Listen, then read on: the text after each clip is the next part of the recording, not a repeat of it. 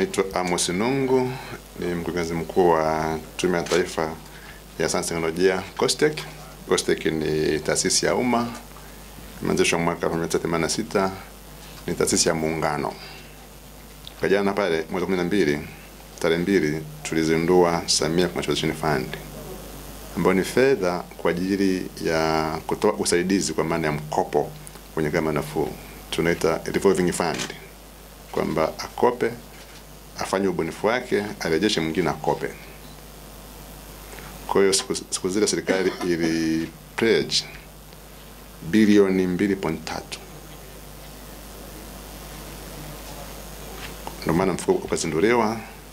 Sasa kwenye utekelezaji, sababu kuzindua ni matamko, serikali imeshasema na jina Mheshimiwa Rais ameshakubali wito Samia Commercialization Fund. Sasa kwenye utekelezaji ilibidi tuambie tutafute taasisi ya fedha ya kufanya nao kazi. Sasa tuko kwenye hatua za mwisho, kwa sababu tulitangaza tukafanya mchakato. Kwa awamu ya kwanza hii CRDB ndo aliibuka kidedea, kwa tunamaliza naye hatua za mwisho, kwa sababu hii fedha bilioni 2.3 serikali imetoa. Tufahamu hivyo kwamba hawa vijana wana mawazo mazuri sana, wana ubunifu nzuri sana, lakini bunifu kama biashara nyingine huwa inaweza ikadondoka. Ndio maana serikali mfanya biashara kusudi kwa pesa anataka uweke dhamana, wao wanasema collateral, weka nyumba, weka kiwanja, tunafahamu hiyo. Sasa hii fedha yenyewe inakutumika kama dhamana, ni guarantor. Kwa hiyo ni guarantee scheme kwa ajili ya kumsaidia huyu mbunifu, benki au taasisi ya fedha iweze kumkopesha mtaji anaotaka afanye, aingie sokoni, ubunifu wake auze, aurudishe ile fedha, mwingine naye aweze kusaidika.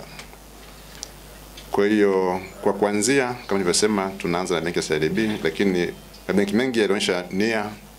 Kwa tunategemea tukishajifunza mara ya kwanza then tutaongeza huyo kwa mengine. Lakini kwa kuanzia serikali imeweka dhamana hiyo ya bilioni 2.3. CRDB kasema atakopesha mara 2 ya ile fedha iliyopo. Kwa ina maana vijana kutakuwa na fedha ya kuanzia bilioni 4.6 kwa ajili ya vijana kukopa, kuendeleza bunifu zao. Hii tofauti na ile ambayo watu wanatoa ya kawaida, ile ya mwega ya grant, ni kwamba serikali imedhamini. Taasisi ya fedha inatoa fedha kwa ajili kama kuwekeza kwa vijana, lakini kwa sababu tumesema tunasaidia vijana, kwa hiyo tumejitahidi kwa maana ya kwamba iwe ni mkopo nafuu, kwa sababu utarudishwa. Sasa michujo yake ni tofauti na ya kawaida, sababu hapo mwanzoni tulikuwa tunatoa fedha, tulikuwa tunaangalia zaidi ubunifu wenyewe, ni kitu gani amebuni. Sasa hapa taasisi ya fedha, sababu ya fedha inatakiwa irudishwe. Tofauti ile tulikuwa tunaangalia kama ubunifu mzuri, tumpe fedha kusudi aufanye wengine aweze kuwa na kitu kizuri cha kuonyesha. Sasa leo tunaangalia kwamba akopeshwe, ile fedha irudi, mwingine akope. Kwa hiyo ina maana kuna uwezekano kuna ubunifu, kwa sababu tukasema huu ubunifu ni mzuri sana, tukapeleka taasisi ya fedha kwamba hebu mkopeshe, sababu sisi tunamdhamini. Akienda kule benki anaangalia kwamba lakini unatakiwa urudishe. Kwa tuangalie soko ndasemaje. Kwa kuna uwezekano kwa mazingira ambayo kwamba mtu akana ubunifu mzuri lakini usipate huo mkopo, kwa sababu inawezekana biashara yake kwamba kwenye soko ni ubunifu ambao unatakiwa mtumiaji anatakiwa apate ruzuku na yeye, serikali imlipia au mtu mwingine.